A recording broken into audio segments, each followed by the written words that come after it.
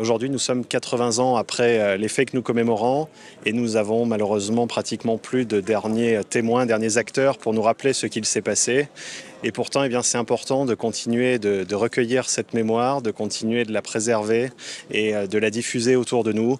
Donc aujourd'hui, nous sommes venus à la fois pour nous recueillir sur les nombreux morts qui ont laissé leur vie pour cette liberté, mais également nous sommes venus pour nous rappeler le prix de cette liberté et nous rappeler toutes les belles valeurs de la résistance pour lesquelles ces héros ont lutté. 80 ans après la libération de Limoges, et j'y suis très sensible dans ma propre histoire, un grand-père qui était communiste jusqu'au 18 juin 40 et qui au 18 juin 40 est devenu irrémédiablement gaulliste. Donc pour moi c'est quelque chose de fort dans mon histoire. Guingouin est une figure tutélaire qui est un chef de guerre et qui essaie de protéger à la fois ses hommes et la population. À nous de vous faire honneur. Vous avez terminé votre discours ainsi. Qu'est-ce que vous entendez par là ? Il ne faut pas oublier que des hommes et des femmes se sont levés volontairement pour dire non et qui ont entrepris une vie clandestine ou non, mais à risque, et ils ont risqué leur vie pour que la France retrouve la République.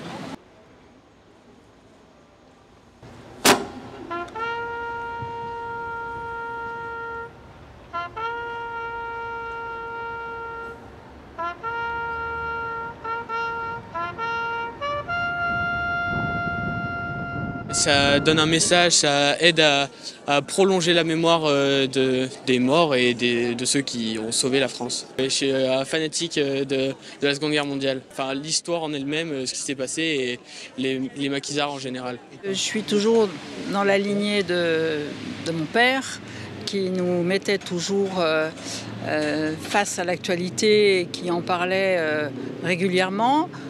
Et surtout le respect de ce qui s'est passé, parce que respecter la vérité, respecter les faits réels et ne pas les transformer, comme je l'ai dit tout à l'heure.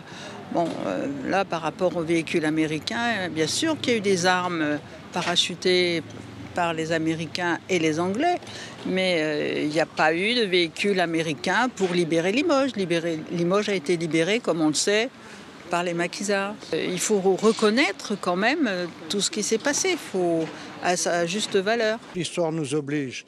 Vous savez, le pacifisme, c'est un joli mot qui entraîne les foules. Camus le disait très bien. Si nous ne sommes pas capables de défendre notre liberté, nous sommes asservis, nous devenons esclaves et nous sommes soumis à tous les totalitarismes.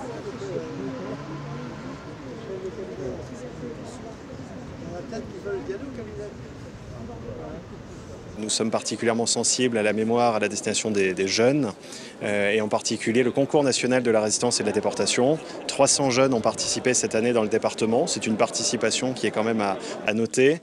Et ces jeunes continuent eux-mêmes de se saisir de cette mémoire et sûrement de se laisser inspirer pour à leur tour proposer la suite de notre pays, la suite de notre liberté et tout ce qu'ils auront à défendre eux aussi à leur tour. Comment vous êtes arrivé à être porte-drapeau ? C'est lors de la cérémonie de Juste parmi les Nations à Saint-Germain-les-Belles. Il me manquait à la NACRE un porte-drapeau. Et donc la mairie, l'adjointe au maire a pensé à moi. Et c'est comme ça que j'ai rencontré Christophe, le président, et que je suis rentré comme ça dans cette association. Qu'est-ce qui vous plaît dans ce rôle-là ? Tout, préserver la mémoire, rencontrer d'autres personnes. C'est une atmosphère particulière d'être porte-drapeau, de discuter avec les autres porte-drapeaux. On apprend beaucoup de choses. J'ai appris beaucoup d'histoires, plein d'histoires qui se transmettaient comme ça, dont on discute. Peut-être qui sont fausses, peut-être qui ont été modifiées, mais des histoires intéressantes sur le passé, sur ce qui a été vu par les anciens.